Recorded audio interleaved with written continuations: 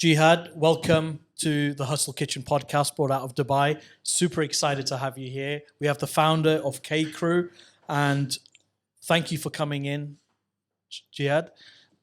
Wanted to ask you, this year has been a tough year. Can you explain and elaborate a little bit more on your business and what's particularly how you've managed to handle the challenges? It's been a tough year for the whole world. It's been tough for everyone who's in a similar business. So in the tech industry and everything that has been changing is being very challenging. At the same time, you need to survive and you need to strive. So how are we going to do both of them?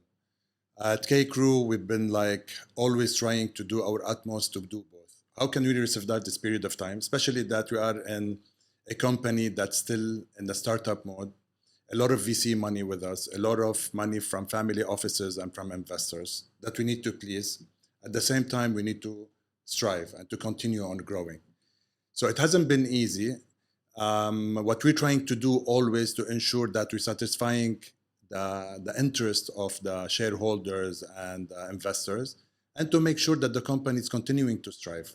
So what we've done so far is pivot, because every time I feel I'm in the comfort zone of anything that I'm doing, I feel there's something wrong. And what really happened in this period of time, I was always feeling that I'm this challenging zone and this on my toes zone. So we tried to change. We tried to pivot with what's happening in the market. A lot of restructuring happened as we go. What we have done is something that pushed me to keep on pivoting, to keep on doing changes, to really live with the atmosphere of the market sentiment, because the investors are asking for a lot. They need you to see a lot of results. They have put a lot of trust and money in the company. So you need to ensure that you're delivering to that as well. So it hasn't been easy, Yes. but we're accepting the challenges and we're going to make it happen.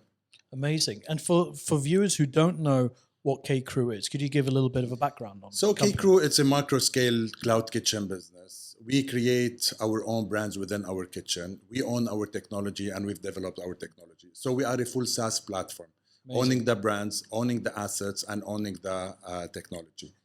The good thing about what we're doing and why we chose to go into this business model is the control of the brand. So there's a big transformation that happened in what brands are about. As long as you create a good brand for end user and you know how to communicate it and how to market it, you will be a winner. Because the model what decided to do is a model of building brand equity, building brands. And what matters at the end of the day is the relationship between the consumer and the brand. And we're good at that. We're good at creating a brand, and we're good at creating good food, and we're creating at making our customer happy with the quality of food that we're making. So in our model today, we ensure that we're democratizing food. And when I say democratizing food, is we create a brand based on cities. We're very city driven, whether in Saudi Arabia or UAE. So we build the brands that are related to every city that we operate in. So in a certain city, we know that they don't eat sushi or Japanese. We don't launch brands there. We don't launch our products there. We make sure that we put it in front of the customer when they want it. So we launch brands before they know as a consumer that we're going to launch it for them. Because of all the data points that we have, that we collect, we know what people like. When do they like it? And we ensure we deliver that. That's amazing. It seems like you're serving the customer first. That's your priority. It's always customer first. And whoever thinks differently will be a loser and he will be out of the game. That's right. So when did you start the business? So we've been 3 years now in Kaykroo that we're doing this business. Wow. Today we are in Saudi Arabia and in UAE. Did it start in Saudi? Yeah. So we are in Riyadh now. We have 5 kitchens in Riyadh. Okay. We have 25 in UAE. We are all over the cities in UAE. We have 30 virtual brands that operate in Saudi and in and we have different kinds of brands. So our cuisines vary from Middle Easterns to Asians to Italian to you name it. I mean, we serve all kinds of customers. And when we serve all kinds of customers, we serve them for the purpose of giving customers what they need. So this is how we look at it. We segment the market based on the need, on the requirements, and we cater accordingly.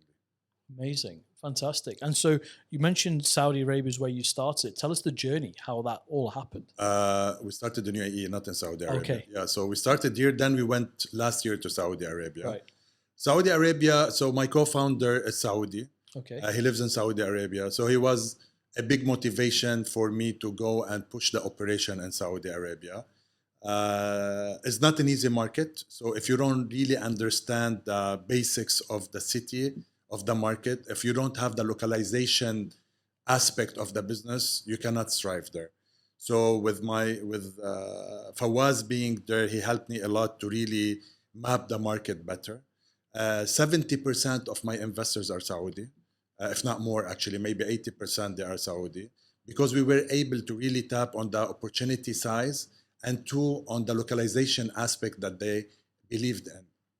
If you haven't believed in the story that we're building, I don't think we were being able to really be a Saudi company. I always say today we're Saudi more than anything else because of the support that we got from the Saudi investors, Okay. and because of the market dynamics that we were able to pull through the brands that we have launched in Saudi Arabia. Amazing. Sounds good. And so I would love to come back to the investors, because I'm sure a lot of listeners here would love to know how you got investors, because that's such a hard point for a lot of business owners. But just taking it a little bit back, you started in UAE. Yeah. How did that happen? So the idea started by building a brick and mortar concept. Okay. While after I've exited my business in Pakistan, and I decided to go into the F&B business. So when I started my F&B business, we started by a brand called Manouchi Street. So Manouchi Street, if you want, was my first trial and attempt into the F&B. So moving from telecom into distribution to F&B wasn't easy, but I love risk. I'm so passionate about food. I love what I'm doing, and this is something that always pushed me to try and to take this risk when I want to start a business. And this is what I always say: if you want to be part of the 1% to make it happen in this world, you have to make it happen. You have to go and make a decision to really launch what you love and to be passionate about what you love. I was very passionate about food, and I've decided to launch this brick and mortar till Corona hit. So when Corona came, I decided to panic. What am I going to do? How am I going to be different and survive and continue to survive? And it was a survival thing more than anything else. Yes. So what happened then is online started to grow. The penetration of internet during Corona was skyrocketing. Everyone was doing well. And the cloud kitchen and delivery business was doing very well globally within the Corona. So I decided, you know what? I'm very good in creating brands. I have presence for a brand that we've tried and was very successful and became a household. Why not continue doing that? So what I've done, I've decided to launch Kaykroo, which is the kitchen crew, because it's all about the people. It's all about the kitchen people that I have there, and to start launching more brands. So we've decided to launch the Palestinian bakery, OBG burger concept, vegan table. We've addressed all kinds of markets and to creating more brands. So once you've figured out the structure, it's easier to bring brands on. Is that right? So we built it. So it's very easy, the structure. The biggest challenge was to bring money to expand, because sales were very low. I had a story that I need to pitch, and at that time where everyone was locked. So how did I go after raising $3 million? So this is the first ticket that I wanted to raise, my first $3 million. So I started talking to people who trust me, and people who are around me who can really transfer money based on the trust in myself and what I can do. So I've raised the first $3 million, and we started Kaykroo. Amazing. How long did that take to raise that money? So it took me the first $3 million. I think it took me a month. Wow. In the bank account. Yeah. In Corona, everyone locked down. And this is when the journey that's incredible. Of Kaykroo started. And then I had to... 3 million in a month. Then I had to bring and start building the tech. Because without the technology, you cannot do anything in the cloud kitchen business. So I really pitched for my CTO to join us as a partner as well, and to really build everything. He was part of a big company, and I really had to convince him very hard to come and join a startup that we don't know where is it going and where is it heading. So today he's with us on board. We've built one of the most prestigious SaaS platforms today that serve the cloud kitchens, and we're so proud of it.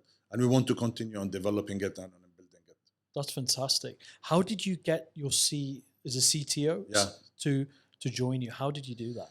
It was a hard pitch. I mean, for those who know him, he's a tough cookie. Well, he needs to believe in your story. Yes.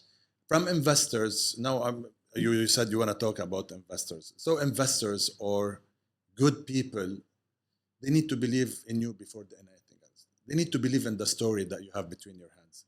when you go to sell yourself or to sell an idea, the first thing that anyone would want to take is you. Yes. Do they believe in the story that you're telling them and that you're selling? Do they believe in what can you do? And then it comes to the story of the startup. So I think I was able to really be genuine with who I am and what I can do, especially if I have these people around me. Even the investor, when I go to pitch, it's the same, by the way. The pitch for an investor or for a senior guy to really join you, especially pushing him to leave a good company and to join you, it's hard work. Of course. So you need to sell yourself first, and they need to believe in you before believing in your story. Yeah. Second comes the story of what you're building. Because the vision. And the vision, of course. So this is the story, is what are you selling me? Are you selling me something that is quantified? Is it something that can go somewhere? Yes, now we believe in you. So let's talk about your story. Let's talk about Kaykroo and when Kaykroo and what Kaykroo can do. So it's been always challenging at the first time, especially the first $15 million maybe that we've raised, and especially with the first 5-6 C-suite people that joined me, is to sell the story, because all the C-suite people that joined me are senior people that are coming from very big companies. And this was the biggest challenge that I have, because I'm a big believer of people. I don't think I'm someone who can do anything if I don't have the right people around me.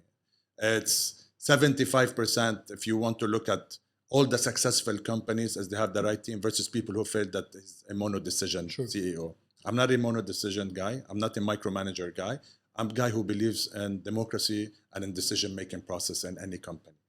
So selling yourself, selling the story, and showing the potential of the story where I can go. Yeah. So the same apply, because I was selling myself to everyone. I was selling myself to the investor. I was selling myself to the family offices. I was selling myself to VCs, and of course to my partners and my employees. How did you know how to do that? Did you learn it from a mentor, or did you watch Honestly, it? I don't know actually. I think I have it by birth.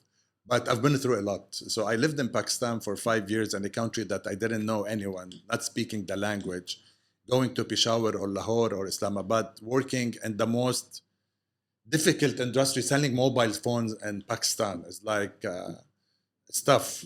So I think it's which brand was it? Nokia. Okay. So I think I was through, I'm genuine to myself. I think you can, I can read what people want, and I can let you read and take what you want. Some people tell me you're a very good salesperson, but I do it by nature. Maybe I know that I have something good to sell. This is what makes me a good salesperson. And it creates a good differentiator between me and other people that try to sell their vision, because it's based on tangible facts and fundamentals. So, you know what, when they say thin air for any idea that they want to achieve, I always base it on fundamentals. Yes, I'm going through ups and downs, but people who believe in me and in this company that is doing well in what we're doing and how we're positioned gives me more mileage, gives me more credit in front of the people that are with me. Amazing. Do you feel Pakistan was a great training ground for you in terms of sales, to get that hard knock exposure? Listen, every single milestone that I go through in my life is a learning phase. It made me much stronger. It gives me a lot of credibility, because so many people say, if this guy made it in Pakistan, of course he's going to make it here. And everything that I've been through in my life, whether it's small or big, whether it's personal or professional, made me a better pitching person, a better salesperson, a better CEO even. Sure. And this is something that always motivates me. I always do what I have passion for. And this is an advice I give to everyone who wants to do something like that. Don't ever do something that you're not passionate about, because you're going to quit. Mm-hmm. You're going to quit very soon, because every single time you want to do something, you have to be passionate about. This passion gives you strength. It gives you power to continue. That's right, because you already have the motivation. Otherwise, you have to go find that motivation to get up in the morning. 100%. And it's not only motivation. You're going to face a lot of failures during your entrepreneurial journey. If the first hiccup you're going to face, you're going to quit if you don't love it. It's like being with your girlfriend. The first time you're going to fight with her and you don't love her, you know what? I'm going to quit. I'm going to go find another one. It's the same. Yes. You have to love her so you can stick with her and fight for her. That's right. So I believe it's something fundamental to have passion for what you're doing. And every single thing that I do in life, whether I invest in other people or in myself, I should have passion for. Otherwise, I'm not interested. This is what drives me, passion for what I do, for what I build, and for what I continue on doing. Amazing. When you went to ask for that money, that $3 million, was that your first time you'd ever asked for investment? Yes, yes. Wow. And you hit the. I think I'm a you very. got it on your first time. I've got it on the. Now we've raised till now around $50 million in Kaykroo. Wow. And we're continuing to fundraise till we reach our objective. Do you feel it was a snowball effect? So once you got the first one, it started to help So you? it is a snowball effect in the good times. In the bad times, no. So you have to pitch further, harder, and you should have something in your hand, because those people who trust you and to continue on trusting you, they should see that their money is getting some return. Okay. Because in money, there's no mercy. There's result, there's deliverable. That's So right. you can raise the first 3 million based on an idea, certain valuation, the first 5, the first 10, the first 5. But then when you start getting hardcore investors, they're not gonna like only start and keep on loving you for who you are. They need to start seeing results from what and where they're investing their money. So in this period of times that we're going through now, it's tough, it's hardcore. So you need to make sure that you are serving the interest not only of your people, but for the investor as well. And this is the ups and downs that any company goes through. So you need to make sure that you have to pivot to make sure that you continue on serving the interests of the investor and of the consumer. So where do you see the challenges right now in your industry? The challenges now are in any tech company. So there's a big challenge of valuation. Okay. So all the valuation have changed globally when it comes to tech industries. The second challenge that I'm facing now is the fight between your heart and your mind, between your heart and your brain, because your heart tells you to keep on growing, make this company the biggest, the largest, the best, the. Yes. And your mind is telling you, no, slow down. It's not a good time. Let's wait and see. Things are going to change. When? I don't know. No one knows. Till now, you see on any TV channel that you open, CBC, Bloomberg, so on and so forth, that are we going into a recession or no? Is there a recession or no? People are still debating if there's a recession or no. So for you to really put things on and take things slowly and take things slowly when you were doubling every single year, it's not easy, because it has an impact on every single touch point of the company. Sure. So this is the challenge and this is the pain that I feel when you have to struggle between your heart and your brain and what to choose. Okay. And do you think that's also come about from cost going up? Of course. This is the pain. So Has there been any more? So you have to like see, who am I gonna let go? What am I gonna restructure? Because now the investor have changed. If you were an investor in front of me, the questions that you were asking me exactly 1 year ago, Jihad, how much have you grown last month? How much are you growing till the end of the year? Are we gonna double? No, I'll come and see you and have coffee with you. You know what's the first question? Are you profitable?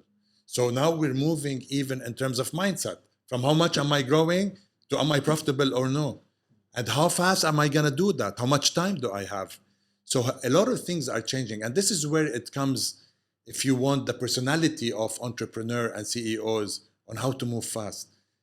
It's not only a chess game, it's a chess game plus a Formula One game. That's how right. to do both together, how to really be very strategic in every single move you make and at what speed. Because each move impacts another Yes, piece on the game, 100%. So I always tell them this. I used to be a Formula One because in Formula One, there's a lot of strategic direction on how you're going to win. But now they want to be a Formula One and a chess game. Like patience, smart, strategy with fast. Yes. And if you're good, you have to marry both together. And then you have to find the right people with the skill sets to impact that. And that may have changed from the beginning. And keep on motivating people. And the people culture that you need to ensure that it doesn't change. Because the winning company is a winning team. Your wings, how strong are your wings to fly? If you have one wing that is weak, you cannot fly as other people. So you need to make sure that every single aspect has been taken care of. Do you find with people that you've employed or you have on the team that it needs different people to take you from 0 to 7 figures, or then from 7 figures to 8 figures? Or can that same person see you throughout and get you to 9 figures potentially? Or do you feel you have to change at every juncture? My recipe of success has been always one, and it will always remain one, is people. Honestly, I don't think that I can do anything without the right people. I'm good at selecting people. I have this gut that makes me always choose the right people. I always give them the benefit of the doubt to grow with me and to grow with me. I'm one of them. I used to run a company of $10 million. Now I run a company of 10x of this number. So I've changed, I've learned. For those who want to grow, they need to show themselves before showing me that they're curious to learn and they want to grow. And if they do that, they're on the right track with me or someone else. And you have the lazy people that want to stagnate and not learn and be curious about how to grow. They will be out. It's not me who will push them out. They will push themselves out. In a startup that is growing very fast, the most important thing for any partner or employee with me is to keep on pushing himself to learn more and to grow more. Because if you don't grow with the company growth, you will feel you don't fit and you don't belong. I couldn't agree more with you, because that is the fundamental. And I hire people, and I don't know if this is for you as well, more on motivation based rather than skill set, because you can find people with the skills, but motivation, if you have those people, you can teach them the skills. 100%. And I'm a big believer of that. Absolutely. And so training, development, is this something that's... We have a lot of trainings that we do. We have a lot of self-development programs that we do. It's part of our culture, part of our values. You need to make sure that all these things are taken care of in a very subtle way by keeping this motivation through town halls up to the kitchen crew, by the way. So this is why always they start, and we start by the crew till we get to the head office and to these guys, especially with these changes that are happening. I mean, people are always on their toes and they're worried. Look at Amazon, Facebook, all the big companies. Every day you wake up, you open Financial Times and you see laying off this number of people and this number of people. So people are always worried. I mean, what's going to happen? And I'm not saying that we're not doing it. We structured and we've done a new organization based on the demand of the market. But again, you have to keep motivating those who left. Yes. And this is the challenge that you face as a CEO. I know it's difficult. If it's in the people, and if the people, the team are motivated, they're trained, and they're adding value to the customers at all times, you've got a winning formula there. The problem is that's the perfect scenario. In real life, it's much more difficult than that. And it's just hard to keep. There are times where you have to keep motivating, keep training, but it seems like you've really put a great process in that. Your hiring is very, very important to start off with, right? It seems like you're very selective. I'm always keen, like you said, something very important that you mentioned. When I hire someone and I know that, so we have a process of hiring. It has to go through different departments outside the course, so as a committee of hiring.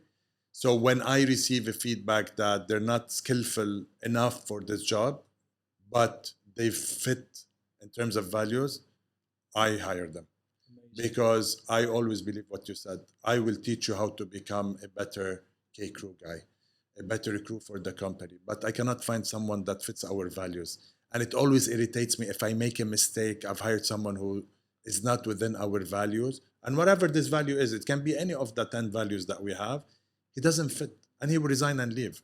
And this is the beauty of creating this community among us of loving what we do. Whether the love for the company or for myself. Because when you start with a startup, all the people who join you, they love you before they love the startup. Correct. As a founder and as a CEO. But next, you need to make sure that this love goes to the company and not remains with you. And this is the biggest challenge of any founder and CEO. Because Absolutely. Once you go through this transition, I'm not a startup anymore. Stop loving me and stop loving what you do and love this new baby that is Kaykroo and the startup. It's amazing. And you know, a lot of listeners listening to this, entrepreneurs, even people who are wanting to become an entrepreneur, one of the things that you've mastered is sales, because you're selling yourself on the vision to your investors, to your people. And a lot of times, future entrepreneurs or entrepreneurs right now are not investing enough time in their selling part. They're focusing too much on the product. So what made you get into sales and have that passion for it? I have no other choice but to do that. Why? If I want to be an entrepreneur and launch a startup, I have to do everything to learn how to do it. I read a lot. I listen to a lot. I've read every single biography of any entrepreneur. I read to so many success stories, and I read more about failure stories. I always look at people who failed more than succeeded, because I learned from these people. There's always the dark side of the moon. We all look at the moon on the bright side, but there's the dark side of it. And I advise everyone to look at this dark side and why they have failed, because you will learn a lot. I advise people to talk to people. Most of entrepreneurs, when they have an idea, how many times it happened to you? Like someone has an idea, but don't tell anyone, please, let's keep it between me and you. No, go talk to people. Go listen to opinions. Talk to people who are better than you. See their advices and seek their advices. I hate when someone comes to me, I have this idea, but please don't tell anyone and this and that. If you are an entrepreneur that you want to do it, no one can take your idea. And even if you said their idea and they done it, it's because you didn't do it. And you're never meant to be an entrepreneur. Correct. So there's a lot of things I believe that any entrepreneur who wants to really push himself, he should be not studying how to be a salesperson. He needs to decide if he wants to be an entrepreneur or not. And it's either it's within you or no. So I was talking to some students last week, and I told them one thing. You have to decide if you want, this is the era of entrepreneurs. Look what's happening in the world today with corporates. And this is the era of entrepreneurs. If you want to make it, do it now. Don't wait. Because if you have it and it's urging you a bit, you can go and succeed. If you don't have it, you're never going to do it. Not today and not after 10 years. That's right. That's right. And it's a long-term game because it doesn't just happen overnight. It's a series of fundamental principles of having the right things in place: marketing, sales, recruitment, finding the right product, looking after the customer as well. And a lot of times people don't look at that. But if you put all those in a mix, you've got a winning formula. This is why when my mother always tells me, you're a lucky person, I tell her that put yourself in a lucky position. In Islam, everyone is born and their rizqa is written for them. But you have to work hard for it. And I tell her, I'm not lucky. I'm really working hard. I work at least 17 hours a day. When I sleep, the first thing I do when I wake up, I recall my dreams. Because in my dreams, I get ideas. My subconscious is working even when I'm sleeping. I really take this, the first thing I do in the morning. What did I dream of today? And okay, was there any idea that slipped my mind? And this is the first thing I do before I go to the gym. I note it down because so many times I get ideas when I'm sleeping. I work a lot. I'm a very hard worker. I know that this is going to be rewarding eventually. And luck comes because I've worked so hard that I have different options in front of me. And this is how I look at someone being lucky versus someone who's not lucky. I don't believe in this. That, you know what, while I'm sitting on my chair, I'm going to find $1 million in a bag. No, you have to work hard, then the $1 million will come. That's right. You put yourself in a place where luck comes to you. Right? 100%. 100%. And I always like the golfer, right? Gary plays. It's funny. The more I practice, the luckier I get. I get 100%. 100%. And what would your advice be then for a young entrepreneur coming out? Because you mentioned you read a lot. You've also watched, I take it, a lot of YouTube and business leaders and influencers. What would you suggest they do? Who would you suggest they follow? First of all, they should follow their guts. They should follow what they love, right? You cannot push something that you don't like. So before reading and listening to, they should have a very small team of wise, let's call them friends, wise friends. They are better than them, and they should talk to them to take ideas and advices. This is the first thing I give any entrepreneur as an idea to really do when he decides to go into this journey. Totally. Close circle of advisors who are successful, who have failed in any journey they've been through, and then, which is very important, to really share what they have in their mind in terms of what they want to do. Now, what biographies and what people to follow, it depends what they like. I follow all the business people biography. I'm not someone into novels and these kind of things. Whether it's Elon Musk, whether it's Bill Gates, whether it's Steve Jobs, whether it's any kind of person who made it big in life, not in terms of money, in terms of impact.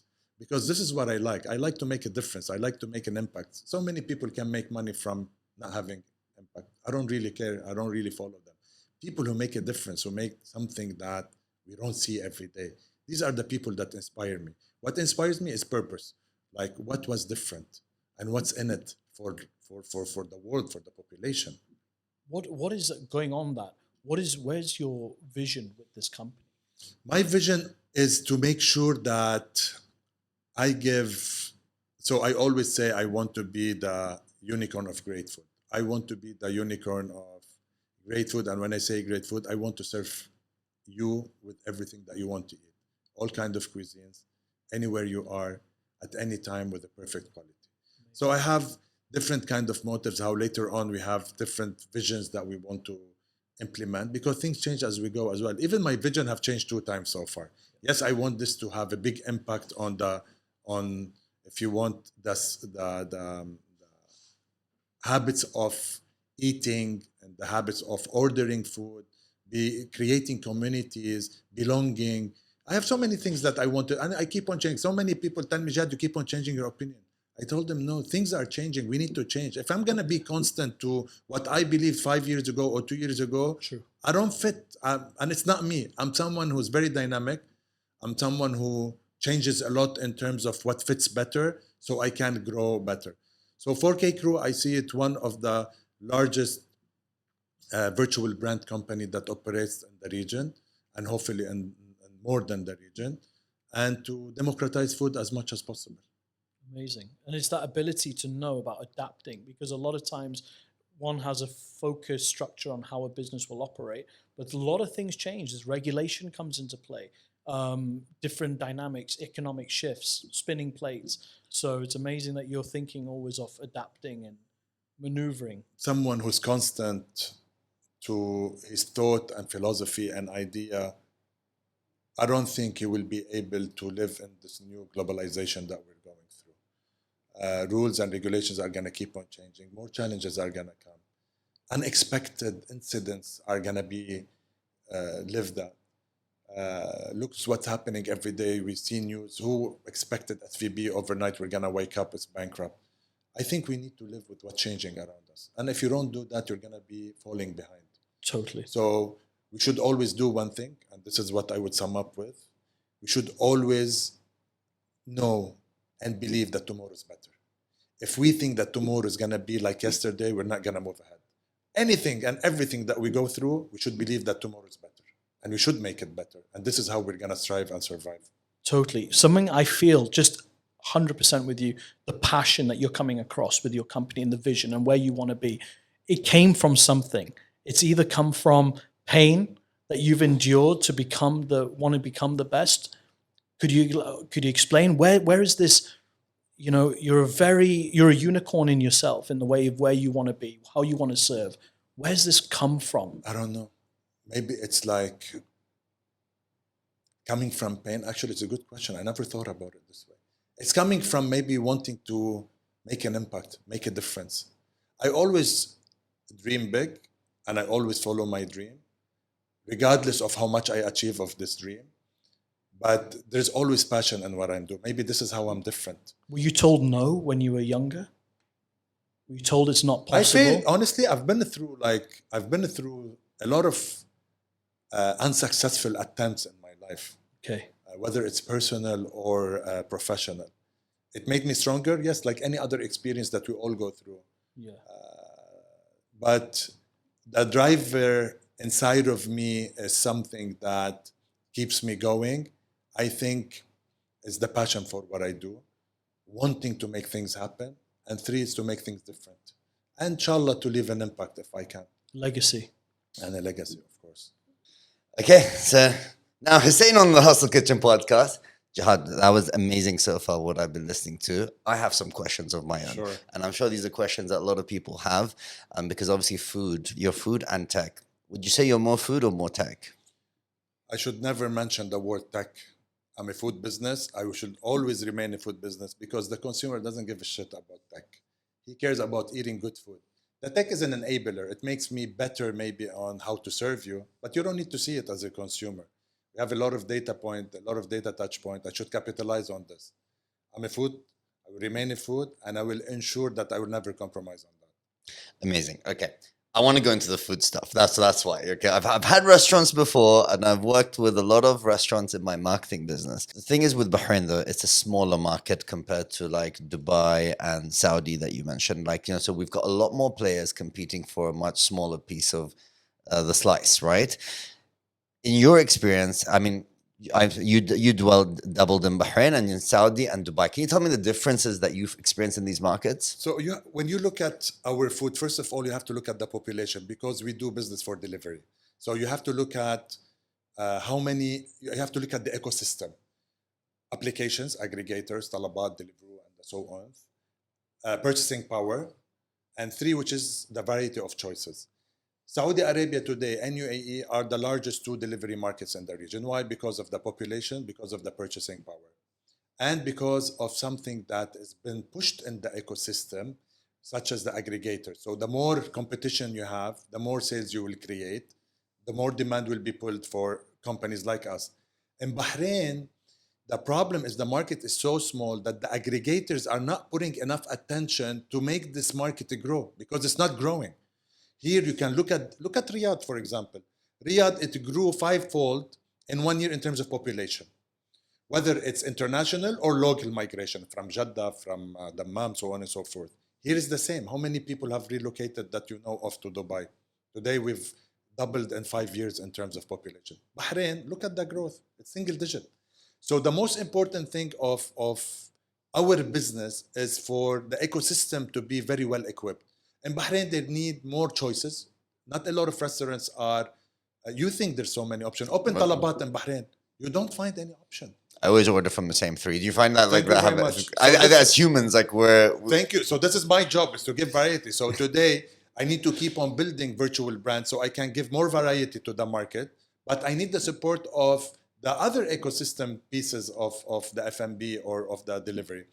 And the government should play a big role in that. They should come and support us. They should come and say, you know what, guys, we're going to give you today XYZ of support, whether for the aggregator or for the F&B players. But having a market that is within this size, I believe is going to take more time compared to Saudi Arabia or Dubai. Yeah. Okay, so now being food first, right? So what is the process like within Kaykroo? Like, do you have a head chef, like, coming up with this concept, coming up with food, coming up with the tasting, the quality, and then rolling them out across? So very good question. So we are innovation company, right? Because we create our own business, we are in innovation and food before tech and anything else. And this innovation, yes, it's been helped and pushed by tech, but the most important thing is not to really have brands that people don't like. We need to innovate. We're trendsetter. And people today in UAE and Saudi Arabia, they love to carry on these new trends. You would be surprised by the way that Riyadh today is more advanced than any other country in terms of trends. You go and see kind of restaurants and F&B that is operating in Riyadh, you'll be surprised. So from day one, we wanted to be an innovation company in food before anything else. So this innovation, yes, we have head of research and innovation. Her job is only to create brands that fulfill, one, the taste of the people that we are catering to, and to be trendy, to be different, and to be yummy. To be yummy, good quality, and people can order it again. Then would come the food business and how do I produce it? So this, we have a process. How do we produce it? How do we deliver it? How should be delivery friendly? Because in everything that we're doing, we're delivery friendly. So we have to make sure that we're serving this purpose as well without having to compromise on certain things. Then comes the positioning of the brand. Who am I catering to? Am I catering to the high end or am I catering to the medium end? And this, what changes in this? Something, the pricing mainly. So in the pricing comes maybe different kind of packaging, different kind of brand positioning, like any other brands when he wants to cater to a different target audience. So this is what we do. Would you then, being like, okay, you're a virtual only kitchen, so would you stay away from certain foods which will get cold in terms of a delivery? Like some things, because some things taste better fresh in the restaurant. Like, especially like even something as simple as a burger, like a fresh burger, if it takes half an hour to get there, it gets soggy. For example, not to mention brands, let's mention this one. Because Shake Shack, amazing when you have it in the store. In delivery, not so much. So do you keep that into consideration when you're developing the menu? If it's not delivery friendly, we don't launch it. Two, people are becoming, and I think what changed after Corona, once you build the habit, you cannot change it. And the habit that was created in Corona, it hasn't changed. So they tell you people are back to dine in. They're back to dine in, fine dine in. Casual dine-in. I think the sample of what you have mentioned, the QSRs, I think people are preferring to eat in-house rather than going and visiting. This is why the deliveries keep on growing and it will continue on growing. We don't launch any brand if we know that delivery will fire back on the quality, whatever it is. So delivery friendly related concept should come first before anything else. And this is the role of the research and innovation. But what they can do at the same time, because they are in the innovation hub within Kaykroo, maybe they will come and work around it. How can I make it delivery friendly if it's not delivery, whether from the kind of, so we import a lot of things from outside to ensure that it keeps the heat different to what's here in the market, to ensure that we are pivoting as well towards we package things and we deliver things. Amazing. Okay, here's an important question. So now you're virtual only. Obviously, I have many questions on this, right? So with a restaurant, obviously launching a new restaurant brand, so you don't have that physical presence on the high Yes. street, right, or in the malls and stuff, which you could always roll out, I'm sure, if you wanted to. How much? I mean, obviously, marketing is everything here. 100%. What kind of budgets, like not, I mean, you can say cash if you want the amounts, but when you're launching a brand in a new city, a new brand, new city, new aggregator, how do you get their attention? There is a journey for every brand that we launch. You said a very good question. So not every brand will have to remain a virtual brand. There's a graduation and there's a journey. We have some brands today, they've graduated to have locations. So Manouchi Street today, it has locations. We have another brand today, it graduated from being a virtual brand. Now it has a pop-up. We have 3 brands that today they have physical locations. Why? Because they have succeeded in the journey of being a virtual brand. So we call them, they become hero brands. So when we go to a new market and we want to launch the virtual restaurants, we spend a lot. And we spend a lot based on the journey that this brand goes through. So usually it can go up to 18-19% from our sales till it goes Per month. per month, till it gets to this phase where we start reducing it because people like it, people are ordering it again, and it goes to 5%, 4%. So there's always a journey for a brand. If a brand will have to be pushed at a certain percentage, that means a brand that people don't like it. Our job is to make the brand available in front of you and to try it. This anyone can do, any marketeer can do. But to keep on trying it and reordering, this is the food itself, if you like it or not.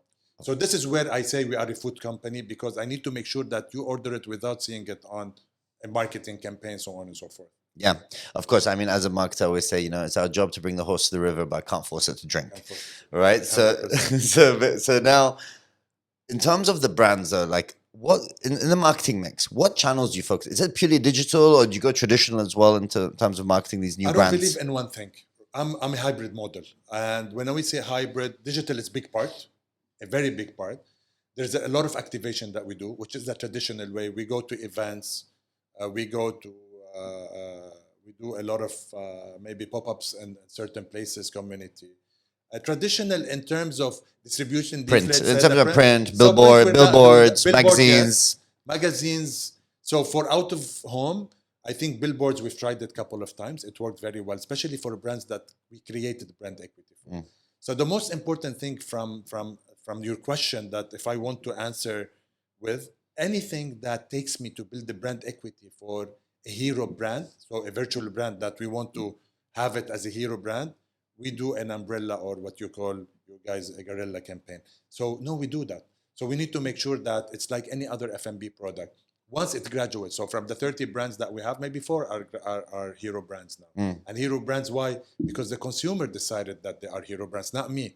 Because we understood that you like them, you love them, you reorder them, and you told me, Kaykroo, we love this brand, have it as a hero brand. And this is the difference between between a virtual brand and something else. The consumer pushes it, not me.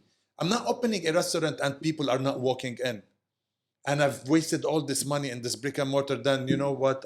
It didn't work. What am I going to do? How many people you've heard that they've shut down the restaurant because it didn't work? And no one will buy it at anywhere near the price that they put into it. So the beauty of our model, the consumer decides if I want to open this location or no, not me. So you just have an idea tomorrow, and That's it. I will come. I will launch it virtually for 6 months.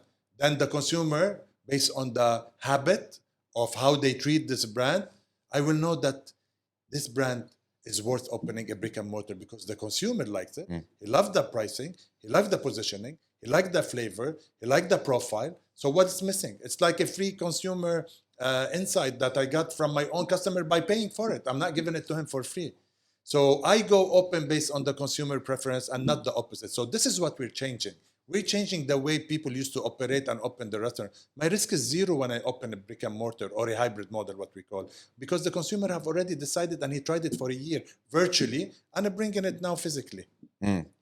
This is interesting. So you have do you have a failing class as well? Or like, this not working, forget this brand. Let's remove the brand from the there is, ecosystem. of course, we have to make our best. So we give it after we know that it's going downward. Like it's not doing well. Yeah, how long do you give it to decide that? A year.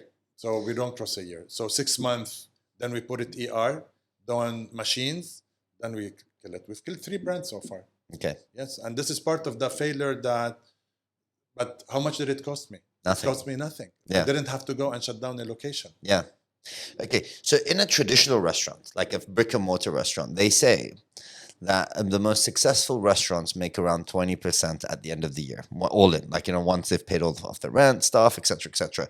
What does that percentage look like in a virtual restaurant? So we're not. So the difference between a normal restaurant and us, we are a volume game. So our margin are less in terms of EBITDA, but we're not one restaurant. We are millions of orders. So the difference between us, because we're tech enabled, the difference between me and one restaurant that he cannot do the volume and I cannot do his margin. So all depends on the scalability. So this is why we are a 10x company or we are a growth company, is because how much we can grow versus one restaurant. How much CapEx can he deploy versus how much we can deploy. No, their margin in terms of brick and mortar, they're better than ours. Why are their margins better? Because they've got higher expense for one place. High end, because in the dine-in, they don't have a partner called Deliveroo or aggregator. He's our partner. He's take a cut from my sales. So this is what we're trying to really... Because you don't have the no commission model at all. So for him, he makes better margin because he only pays rent. He doesn't pay delivery charge. I pay delivery charge. So where am I compensated? By cheaper rent. I don't pay his rent. And multiple brands. By multiple brands. So do you not have your own app or website for them to order for your brands? For the time being, very short time being, no. But it's in the plan. Because that technically is your brick and mortar version of not paying that. 100%. Because I know with others they do this as well. 100%. Yeah. It's part again. So I always wait for the right time. It wasn't the right time before. And it's always something that everyone thinks of. How can I make more digit? How can I make better? And this is what it takes. So for your brands, they all run through your own kitchens. So you won't outsource to other kitchens. So have you ever thought about venturing like these? I see you have a lot of Lebanese brands and like Arabic food brands as well. I'm guessing because that's the demand, right? This is how we started. And the biggest market is for Middle East. Right? Yeah. Have you ever considered like having a kitchen in Europe or somewhere, taking our food there? Yes. And I would love to do it, but with the right commercial model. If I got today the right commercial model from the people that we are talking to, I would have done it before because it has to make sense for me. It used to be, yes, when you have your ego talking versus reality, your ego wants to take you there. Yeah. And we used to be like this at any point, and we used to pay the price for that. Not anymore. Now it has to make commercial sense. I have to make money out of it. But yes, I should think about it, and it should be part of my plan if it makes commercially sense. Yeah. Okay, so like, for example, in Bahrain, we have, one of our main dishes is tikka, the Bahraini tikka, which I can't find in this even in Dubai, I think there's very limited. Like, I'm surprised our brands haven't gone out with that. Maybe because they're not. So the model of onboarding brands, cloud kitchens that exists from outside, I don't advise it personally because the brand will not have the satisfaction of the quality or he has to come himself here first. Yeah. And then he can do it. Unless someone launches a brand here in UAE or to go and franchise it. So there's so many different, so there's franchise now, there's franchise, then later there's so many ideas that are coming now from people onboarding brand here. But if there's a very successful brand outside and he wants to come and launch in any country, I always suggest that he comes himself with one location to really set the rules, the process, the procedures, and then to franchise it or to franchise it. What is franchise, by the way? So franchise and they manage. So Okay. Would you ever franchise any of your brands? Yeah. Have you franchised any brands so far? Yeah. Manouchi, we've franchised it. Now we're in discussion of. So I believe part of the things that I should do, I should see how can I take these brands that are very successful and people like them further. And one of them might be that. Have we done it? Have I signed? No. It's not my strategy for this year. This year, we're very laser focused towards our unit economics, and the company's direction for the coming 6 months is that. So next year, yes, we would look at it. How many brands do you have today? 30. 30. How many are you looking to grow that to? Or So is by 30 this enough? year- so Like, I- that's a lot of brands, by the so, way. Yeah, so this is 30, and it comes to 400 Branches, so branches. 500 branches. So because every location has 30 brands, so we're by this year we should be at 45. So now we're signing a lot of brand collaborations as well. And every time we see there's a demand for a certain cuisine that adds value to the consumer, we will launch it, because our tech helps us to launch quickly. So we have something called Answer X, which is part of our flavor profiling. So we know what goes where in terms of up to the grain, up to the spices. So this is part of the tech that the consumer doesn't care about, but it helps us to accelerate further. So I read online that you have 800 staff. Yeah, 850. 850. What is the process of managing an operation that size smoothly? So first of all, very strong management. The people that I was talking to, and having the right people that can manage. It's not a small operation, but it's not the biggest operation. At the end of the day, is you need to build the structure. Once you have the fundamental and the right structure, you can manage more than that, bigger than that. And we have ambition to grow more. And we're very ambitious. We're a very young company. We're very ambitious. We want to grow further. So from day one, I made sure that we build the structure right and we build the foundation right. Anything comes on top of this foundation, we're fine. Alhamdulillah, so far, all the foundation and the pillars that we really did implant in this ground is paying back. Alhamdulillah. And would you ever, like, have you guys considered, like, okay, you said soon maybe you might launch your own app or website. Would you also, like, have your own fleet, your logistics, the delivery, or will you outsource that? I would never go into logistics. It's too much headache. And it's not my business. Too much headache. And something I don't know, I don't want.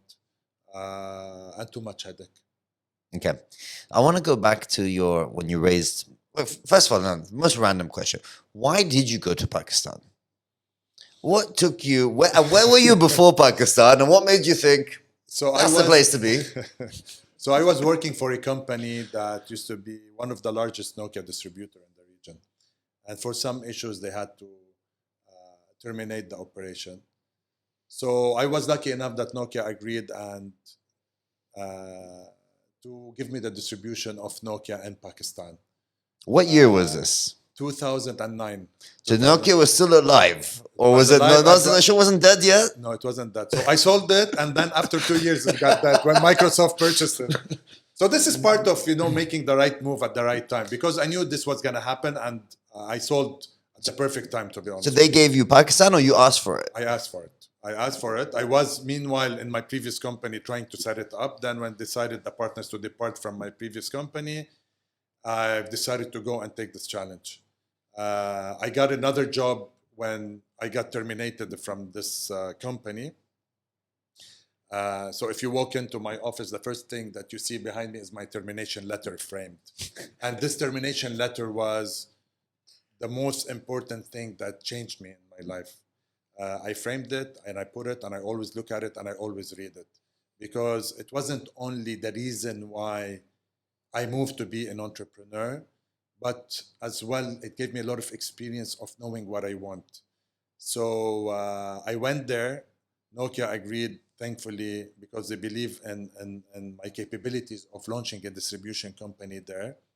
And this is another podcast. I've been through ups and downs, going to Peshawar and to these places, and how was I able to really maintain the growth of Nokia by then, financially and physically. So this is a different discussion. Language? So many barriers. Many barriers. Did they speak English, or? So because they are traders, wholesalers of mobiles, right? So 1% of them maybe speak English, but they're the best people. Honestly, I don't have a better experience than the one I had in Pakistan. And I went there with the support of Nokia. I had to launch a company, not knowing anyone. Till I sold it at, we started first year maybe turnover of $10 million. When I sold it, it was a turnover of $100 million. How much? $100 million. 100 million, wow. Something. I forgot the number exactly, but it wasn't a small number. And I did it with the Lebanese guys competing among the sharks of mobile trading and wholesaling in Pakistan. So you had the Lebanese versus the Pakistanis. Which one? So this is one. But it was good. I think we did gel. We had some chemistry. Hey, Lebanese are great. You know what I mean? Hustling, and so Pakistanis.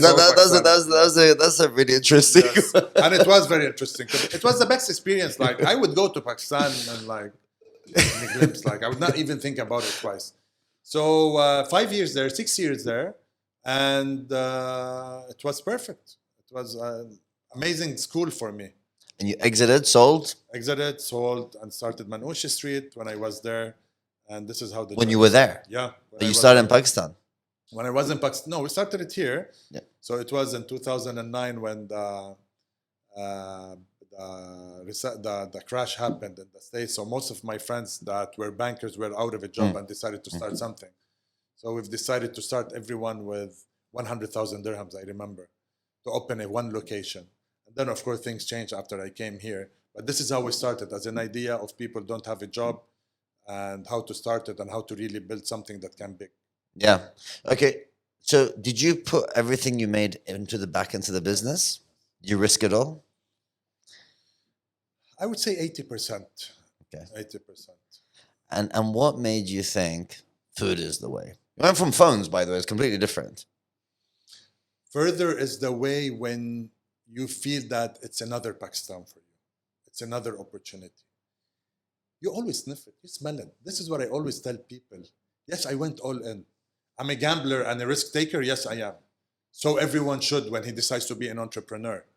And when I left my job, when I got terminated, immediately I got an offer by then for $20,000 a salary. Immediately I got an offer from competition. I didn't take it. I lived for a year on $2,000 a month. You let go of the 20,000. I did. Because I said, if I'm going to do this now, I'm going to remain a corporate guy. So why should I? Now is the time. Worst case scenario, what? I go back and find another $20,000.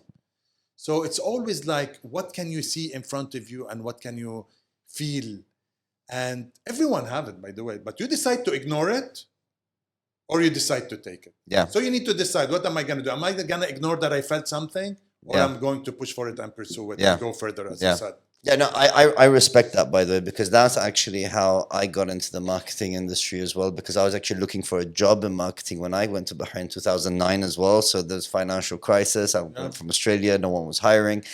And then, and I got a good job job offer. And it was like, I said, if I take this job, I would never be an entrepreneur. no, I will be, but I'll just quit the job anyway down the line. So maybe just don't take it and just start now from nothing and just go. You know what I mean? And that's what I did as well. Sure. So I respect what you're saying. But the reason I was asking you like why the food is because I noticed like, okay, I might have had that idea. I had a restaurant for doner kebabs, right? It was called Londoner, right? There were no doner kebabs in Bahrain. So we used to have them in the UK. Obviously, it's like, that's your daily fast food, right? And we didn't have that. So I called it Doner, so London Doner, right? And it was pretty cool, but people always say, everyone's got to eat, right? Can't go wrong with food, which is the furthest from the truth once you actually start in the food business. Was that also your thought? Like, can't go wrong with food? I think after total F&B experience of 10 years, I think this is the most difficult industry that anyone can go into. Everyone who comes to me and he wants to take my advice to open it, I tell him, don't continue, stop there. I said Stop there. I said the same. No, Stop go there. away. One, it has so many hidden holes that you would not think they exist. And one of them, and the most important thing of them, is to keep on putting cash. Because it's not something that is going to work overnight. The overnight restaurant and F&B that would work at very little, more than the 0.5%. If you don't put in it how much it wants to really build the household brand name, expand, make it a successful business, it's going to cost you a lot of money. And if you don't have this breadth, and think people take it more for show off than for business. So many people, so they can say, yes, I have XYZ brand. And I know a lot of people that they did that. If you can afford it, fine, do it. Yeah. But if you want to come and nag about it and struggle about it, don't do it. It's a long-term business. It's a long-term investment that you need to be aware of. And it's never a short-term cash that you're going to put in your pocket. This is why I don't advise anyone. Whatever the idea is. When someone calls me, Jihad, I want to see you to discuss F&B, I told them, don't come. I'm going to tell you, don't do it. By the way, and it's true, because it's a different mindset. F&B is not like any other business. First of all, it needs a lot of know-how.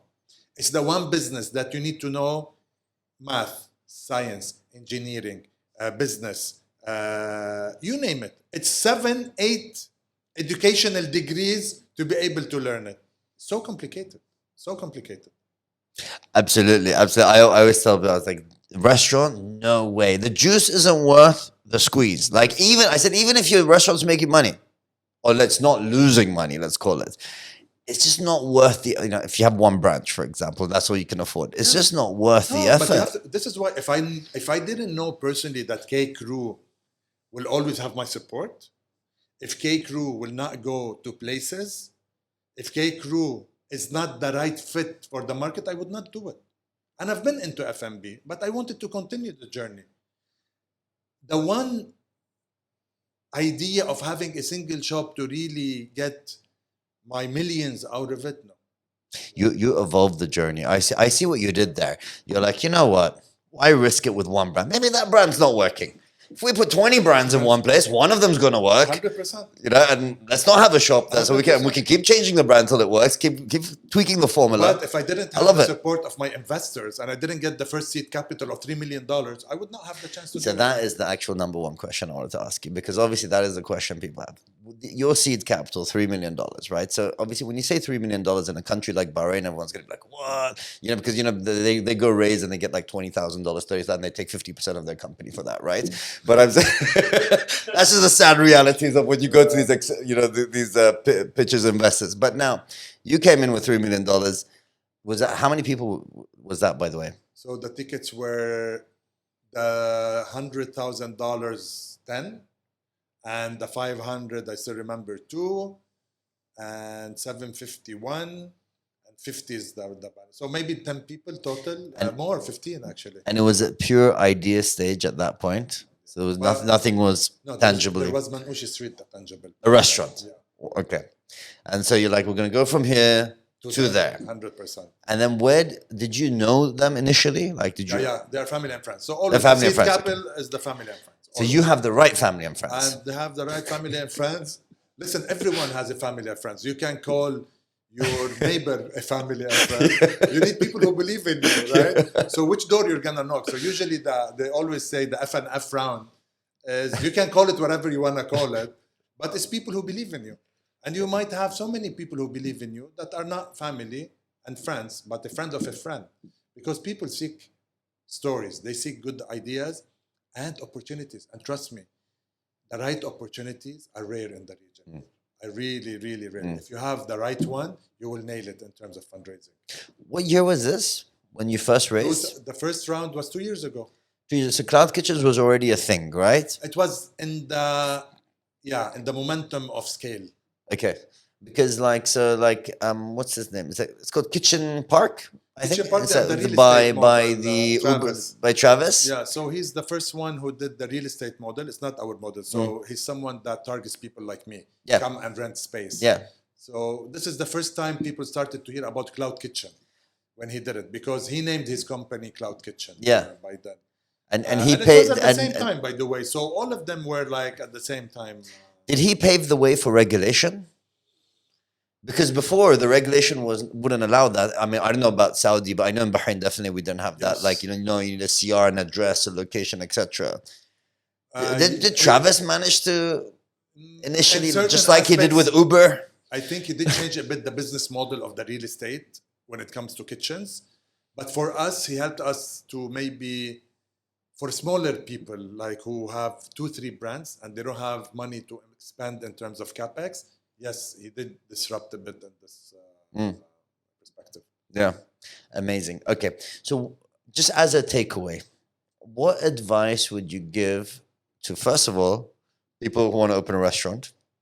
Don't do it. Is that Oh, that's my discussion. I don't want to answer. Yeah. No, I look at, but in terms of someone has a restaurant, okay, do you think initially it's the marketing to just get them to try it, and then obviously the food to make them come back? So if he has a restaurant and he wants to try it, that means he deployed his capex. He paid $300,000 to open this restaurant. Do you think today I would advise someone open a restaurant for $300,000 so people can try it? No. I think what I would advise someone is do your homework really right. And what I mean by homework, consumer insight, research, the right brand, the right fit, and money not only for 1 year, for 2 years. So if you think that you're going to break even in month 5, say I'm going to break even in month 18, and tell your investors and your partners this, then it's a different story. But don't go short in cash because you think you're gonna make it. Take your worst case scenario if you want to open your restaurant. Food will always be there. The market will keep on growing. If you are someone who understands the market, you are a trend, you're gonna build something with a trend. You're gonna be different. You're not gonna be a copycat. You're going to add something to the consumer and to the market, because in a market like Riyadh or Dubai, we're eating from each other. It's not the market is growing at the same pace that the F&B brands are growing. We are starting to eat from the same pie. So for you to be able to take from this pie, you have to be different. So this is my advice. Do your homework right. And cash flow, make sure that it's been studied carefully, because I always repeat something. I always say profits is king and cash flow is King Kong. Cash flow is more important than anything else. You will get to profit. King Kong is your cash flow. If you don't have cash, you will struggle. So make sure you deliver to that.